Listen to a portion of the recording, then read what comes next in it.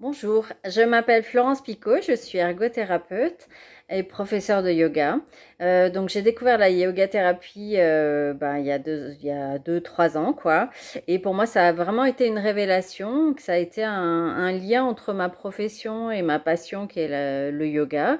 Et j'ai eu la chance de pouvoir intégrer donc la yoga thérapie au sein de mon centre de rééducation où je travaille avec des patients lombalgiques chroniques et autres pathologies chroniques. Voilà, je suis ravie. Concernant mon mémoire, la personne que j'ai suivie s'appelle Véronique. Véronique est une collègue et une amie aussi. Elle souffre d'anxiété généralisée qu'elle qualifie de familiale et générationnelle. Et elle a des réactions disproportionnées, des pensées disproportionnées qui ont beaucoup de répercussions sur sa vie personnelle et professionnelle. Elle souffre aussi de nombreuses pathologies physiques. Entre autres, elle a eu un SDRC au niveau de son genou et suite à une opération, et puis elle des tendinites et des rhumatismes articulaires chroniques depuis quelques mois. Les objectifs de Véronique donc étaient d'apprendre à gérer un petit peu mieux ses pensées, ses projections négatives, ses ruminations. Elle a toujours tendance à aller vers le pire mentalement. Apprendre à gérer aussi ses émotions parce qu'elle parle beaucoup dès le début de sensations d'oppression thoracique à chaque fois qu'elle a des pensées un petit peu négatives qu'elle n'arrive pas à gérer. Donc d'apprendre à gérer ses peurs, ses inquiétudes et de prendre confiance en elle un petit peu tout simplement, physiquement et mentalement. Mes objectifs à moi donc étaient les siens, mais mon but était de lui apporter un petit peu tous les versants, tous les domaines de la yoga thérapie pour l'aider à retrouver du plaisir dans son corps et dans sa tête. Donc les premières séances, nous avons pris le temps d'installer, vraiment installer des sensations de plaisir et d'installer une régularité sur le tapis. C'est important pour moi et pour elle qu'elle prenne l'habitude de faire des séances chez elle régulièrement. Véro ne fait plus de sport depuis un certain temps, depuis sa dernière opération, et elle se sent incapable de bouger. Elle a vraiment peur de bouger. Elle a beaucoup de freins physiques. Elle a beaucoup de postures qui sont impossibles pour elle à réaliser. Elle ne peut pas s'asseoir au sol, en tailleur. Elle ne peut pas s'asseoir sur les talons. Elle a des épaules douloureuses et hanches douloureuses. Et voilà, donc c'était un petit peu pas forcément simple au début. Donc, on a mis en place tout de suite des synchronisations, mouvements souffle, pardon, pour lui amener tout de suite la conscience du souffle et puis des notions de détente, de plaisir et de fluidité dans son corps et dans son mental. Ensuite, on a mis en place une prise de conscience du fonctionnement de ses pensées, donc des méditations, observation de ses pensées, apprendre à identifier ses pensées irrationnelles et à en prendre conscience et à prendre du recul, à laisser passer ses pensées. Tout ce qui était méditation, donc comme elle ne pouvait pas s'installer au sol, elle a pris l'habitude de s'installer assise sur une chaise. Donc elle a commencé à le faire en autonomie chez elle. Ensuite, on a mis en place le renforcement de sa sécurité de base et le lâcher prise. Donc à chaque début de séance, en fait, on faisait une évaluation des sensations corporelles où elle avait toujours beaucoup de tension au niveau de son plexus solaire. Ça ressortait systématiquement, compression thoracique. Et au niveau des évaluations des cognitions positives, ce qui ressortait beaucoup, c'était son manque de confiance, son impuissance et ses peurs ancrées. Donc on a beaucoup travaillé au début sur l'abandon, le lâcher prise et puis la sensation de bien-être physique et mental.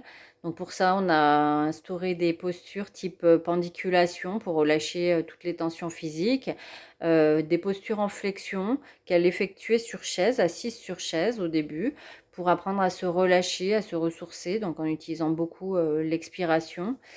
Pawan Muktasan, pour travailler pour le plaisir, la respiration, la fluidité et puis aussi la méditation du lieu de refuge, voilà, qu'elle a mis en place chez elle. Donc Véro a apprécié rapidement et a vraiment mis en place la yoga thérapie tous les jours, quotidiennement, à partir du moment où on a commencé à se voir.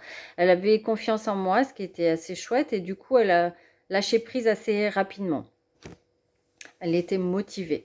On a mis en place aussi la posture d'Alasana, donc c'était un petit peu un challenge pour qu'elle apprenne à aller plus loin et à se faire confiance en fait. Donc Alasana, on l'a fait avec adaptation, avec un coussin.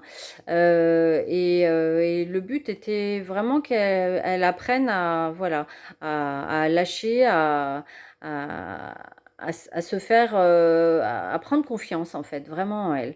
Elle s'est fait un petit peu mal au début, au cervical, parce qu'elle a voulu aller trop loin et pendant quelques jours, voilà, elle avait un petit peu des tensions qui sont passées heureusement assez rapidement. Mais ça a été important parce qu'on a eu vraiment une discussion par rapport au fait d'oser faire les choses et puis aussi par rapport aux obstacles. Parfois, tout ne fonctionne pas parfaitement et malgré tout, ben, les obstacles sont importants à passer et ça permet souvent voilà, d'aller plus loin dans sa vie et puis voilà, d'avancer. On a mis en place aussi des postures du chien et du chat, la respiration carrée, posture du demi-pont pour l'ouverture de la cage thoracique. Et une posture importante pour elle, qu'elle a beaucoup utilisée, c'est la posture des ailes d'oiseau qui l'aidait vraiment à se libérer au niveau de l'oppression thoracique. Ensuite, dans les séances suivantes, on a, suite à la mise en place du tableau de bord, Véro a pu observer un peu l'évolution de ses pensées, son fonctionnement mental, ses projections, ses ruminations. Et chaque jour, en fait, elle avait quasiment tous les jours des situations de stress qui la mettaient vraiment dans des états de tension physique importante. Et voilà, donc elle a pris conscience de tout ça. On a donc mis en place des séances par rapport à ça, des postures, postures d'ancrage, un petit peu avec la posture de l'arbre pour travailler sa force, posture du guerrier, d'ouverture, des visualisations du roc. Pour toujours pour travailler la force, le courage et puis lui amener des ancrages positifs dans le corps, voilà, dans le corps et dans le mental. Ensuite, on s'est rendu compte, enfin Véronique s'est rendu compte que c'était important aussi de faire des choses dans sa vie concrète, de mettre en application ce qu'elle faisait sur le tapis dans sa vie concrète. Donc, elle s'est mise à utiliser un petit peu spontanément, puis on en a rediscuté, ben, entre autres la posture des ailes d'oiseau, dès qu'elle avait des difficultés, par exemple au travail, quand elle avait des situations qu'elle n'arrivait pas à gérer, plutôt que de se mettre en mode panique et presque de pleurer, des fois, elle s'isolait un petit peu, quelques instants, elle respirait, elle faisait les postures des ailes d'oiseau, parfois des postures aussi de relâchement, de flexion avant, d'expiration, et ça l'aidait à relâcher ses tensions et à ne pas monter en pression et à ne pas rentrer dans un cercle de rumination mentale. Donc voilà, elle a mis en place un petit peu spontanément tout ça. Et puis l'acceptation aussi, l'acceptation par rapport aux obstacles de la vie. Elle a cheminé un petit peu là-dedans au fur et à mesure. Elle a appris à libérer ses tensions physiques, beaucoup en tout cas.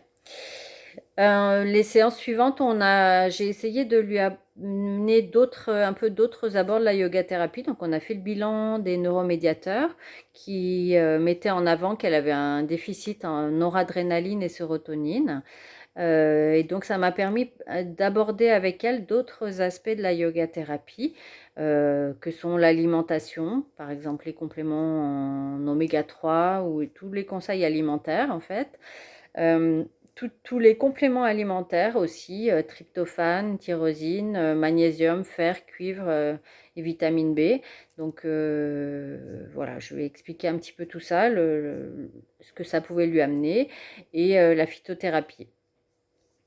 Ensuite, dans une autre séance, on a parlé aussi un petit peu du lien entre comme elle a une pathologie chronique rhumatismale, pour moi, c'était un petit peu évident de parler de ça, du lien entre son tube digestif, son anxiété et ses rhumatismes. Donc, je lui ai expliqué un petit peu donc le lien entre l'anxiété, l'inflammation de bas grade, le système immunitaire, le microbiote, et puis l'action anti-inflammatoire du yoga et l'action parasympathico-tonique. Voilà. Donc on a mis en place aussi à ce moment-là des postures et des respirations pour stimuler Agni, pour stimuler le feu digestif. Donc des pinces debout avec un focus sur l'expiration, des torsions, Apanasana, posture du puits sur le dos avec Triya Bandha, des respirations abdominales. Donc Véro a pris beaucoup tout ça. Elle a pas forcément mis en place tout de suite cette partie-là. Elle est restée plus centrée quand même sur toutes les conseils sur l'anxiété. Mais voilà, elle était toujours très intéressée par tout ce que j'ai pu lui apporter. Elle bougeait de plus en plus, elle commençait à marcher de plus en plus, à faire des balades plus longues. Toutes les postures qui ont commencé sur chaise, et ben, en fait, elle a pris toutes les adaptations au fur et à mesure. Et puis, elle s'est un peu déconditionnée aussi, reconditionnée, pardon, physiquement. Et donc, elle a commencé à faire des postures au sol. Mais voilà, de plus en plus, et à reprendre confiance vraiment physiquement.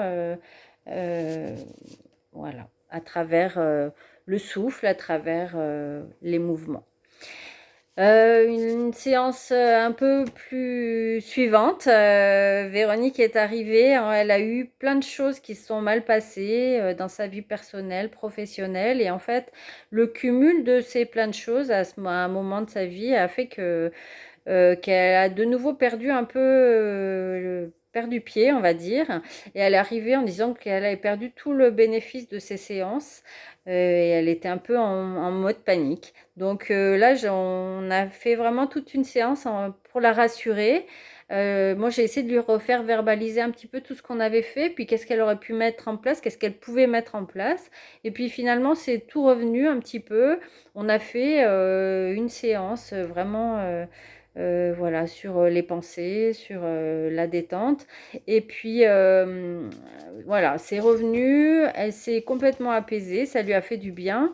Et ça nous a quand même permis de nous rendre compte que, voilà, elle avait beaucoup cheminé, elle avait acquis beaucoup d'outils, mais qu'il fallait qu'il y ait une suite à notre suivi et qu'il y ait autre chose, en fait, encore, qu'elle avait besoin de ça. Donc en fait, elle a décidé, elle m'en a parlé elle-même, d'intégrer un cours de yoga. Donc elle m'a proposé de venir au cours de yoga que je faisais et tout. Donc moi j'étais ravie. Un cours collectif. Et puis on a fait toute une séance pour revoir un petit peu ensemble les postures, les différentes postures et les difficultés qu'elle pouvait rencontrer physiquement et les différentes adaptations qu'elle pouvait mettre en place de façon à ce qu'elle ne se sente pas justement mal parce que ça lui était arrivé. Elle avait déjà fait du yoga, elle avait arrêté parce que elle n'osait pas demander, elle se sentait mal, elle se sentait voilà, un peu impuissante et du coup elle avait décidé d'arrêter. Donc là, elle était ravie de reprendre. Elle a repris cette année encore. Elle a repris une année, donc je donne des cours de yoga avec le personnel de l'hôpital où je travaille, et donc Véro est là. Elle continue à cheminer dans voilà, dans la sérénité, vers la sérénité, puis vers le mieux-être. Elle n'a pas réglé tous ses problèmes d'anxiété généralisée parce que c'est une anxiété généralisée qui date d'il y a longtemps et que voilà, elle est bien consciente qu'il faudra du temps avant de modifier un petit peu ses habitudes et voilà, ses habitudes mentales. Mais malgré tout, voilà, elle est tout à fait ravie. Elle accepte mieux ses limites et elle se fait plaisir. Voilà. Voilà. Ben, je vous remercie beaucoup.